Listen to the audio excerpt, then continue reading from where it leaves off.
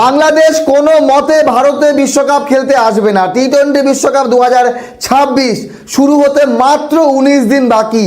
তার আগে আজকেও কোনো রকম কোনো সুরাহা হলো না।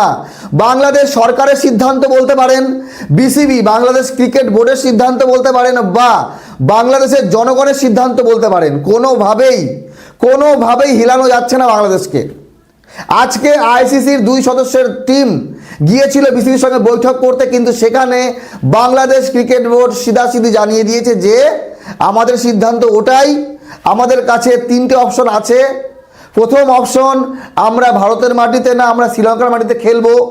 দ্বিতীয় অপশন, যে আমাদের যদি শ্রীলঙ্কার ম্যাচ করতে হয়, তাহলে যদি ইংল্যান্ড এবং ওয়েস্ট ইন্ডিজ রাজি না হয়, তাহলে আমাদের গ্রুপ পরিবর্তন করে দেওয়া হোক। শ্রীলঙ্কা এবং অস্ট্রেলিয়া, জিম্বাবুয়ে যেই গ্রুপে আছে সেই খেলাগুলো সবই শ্রীলঙ্কার মাটিতে হবে, সেখান থেকে একটা দলকে ইন্ডিয়াতে করে দেওয়া হোক। 3 নম্বর অপশন সেটা হলো যে বিশ্বকাপ বয়কট। দেখেন, এই মুহূর্তে বিশ্বকাপের যখন শিডিউল হয়ে গেছে, তো এই মুহূর্তে আইসিসি কি বাংলাদেশকে বাদ দিতে পারবে? বাংলাদেশ এবং ভারতের সম্পর্কের এই যে টানাপোড়েন, মুস্তাফিজুর রহমানকে বাদ দেওয়া এবং মুস্তাফিজুর রহমানকে বাদ দেওয়ার যে ইস্যু, সেখানে বিসিসিআই জানায় যে মুস্তাফিজুর রহমানের জন্য সুরক্ষার একটু অভাব হতে পারে।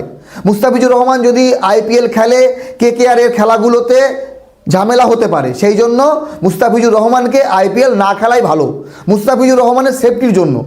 তাহলে মুস্তাফিজুর রহমান যদি সেফ না থাকে ভারতে, তাহলে বাংলাদেশের গোটা দল কী করে সেফ থাকবে? এই যে একটা পয়েন্ট, এই পয়েন্টেই বাংলাদেশ এখন জিতে আছে। বিসিসিআইয়ের সঙ্গে কথা হচ্ছে, আইসিসির সঙ্গে কথা হচ্ছে, আইসিসি বিসিসিআই মিটিং করছে, আইসিসি বিসিবির সঙ্গে মিটিং করছে, কিন্তু এত মিটিং করেও কোনো লাভের লাভ হচ্ছে না। বাকি আপনাদের মতামত জানাবেন, বাংলাদেশ বিশ্বকাপ খেলবে কি না? বাংলাদেশকে তো এইভাবে বাদ দেওয়া যায় না। যদি বাদ দেওয়া যেত তাহলে আইসিসি আগেই বাদ দিতে পারতো। বাদ দেবে না, বাংলাদেশকে খেলাতে হবে, কিন্তু যতটা পারা যায় কম সমস্যায় খেলাটাকে করা যায়। কিন্তু এখন এত সমস্যায় বেড়ে গেছে যে আন্ডার-19 টিমও হাত মেলাচ্ছে না।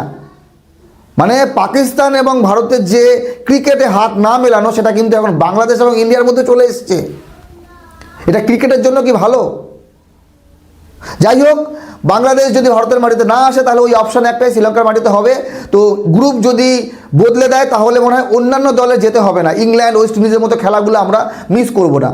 কমসে কম কলকাতার মাটিতে নিয়ে এসে খেলাটা হোক ইংল্যান্ডকে, যেটা শিডিউল আছে ওয়েস্ট ইন্ডিজের যে শিডিউলটা আছে বাংলাদেশের সঙ্গে, শুধু বাংলাদেশের জায়গায় অন্য কোনো দল, একটা জিম্বাবুয়ে বা নেদারল্যান্ডস, জানি না কী দল আছে, শ্রীলঙ্কা তো আসবে না। অস্ট্রেলিয়া যদি চলে আসে, তাহলে বাংলাদেশ আর শ্রীলঙ্কার গ্রুপটা হয়ে যাবে খুবই তাদের জন্য নর্মাল। কিন্তু এই গ্রুপে ওয়েস্ট ইন্ডিজ, ইংল্যান্ডের জন্য খুব টাফ হবে যদি অস্ট্রেলিয়া চলে আসে। তো আজকের যে মিটিং, শেষ আপডেট যেটা পাওয়া যাচ্ছে, সেখানে বাংলাদেশ পুরোপুরি ডিনাই করে দিয়েছে যে না, আমরা ভারতে যাব না, আমাদের সমস্যা সেটা একটাই, সেটা হলো সুরক্ষা। সেই সুরক্ষাকে বিসিসিআই দিতে পারবে বাংলাদেশ ক্রিকেট বোর্ডকে? যদি দিতে পারতো তাহলে হয়তো এই জায়গায় কথা যেত না। তো দেখা যাক কি হয়।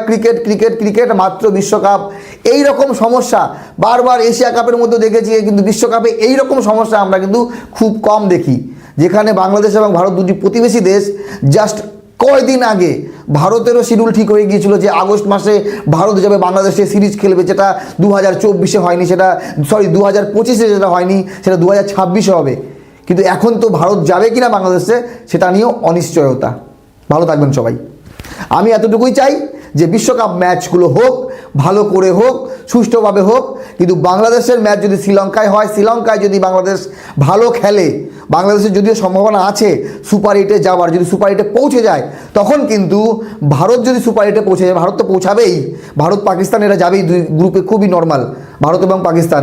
তাহলে কিন্তু ভারতকে সুপার 8 খেলার জন্য শুধু পাকিস্তানের জন্য শ্রীলঙ্কায় যেতে হবে না, বাংলাদেশের জন্যও ভারতকে শ্রীলঙ্কায় যেতে হবে। এতটুকুই। ভালো থাকবেন, ধন্যবাদ।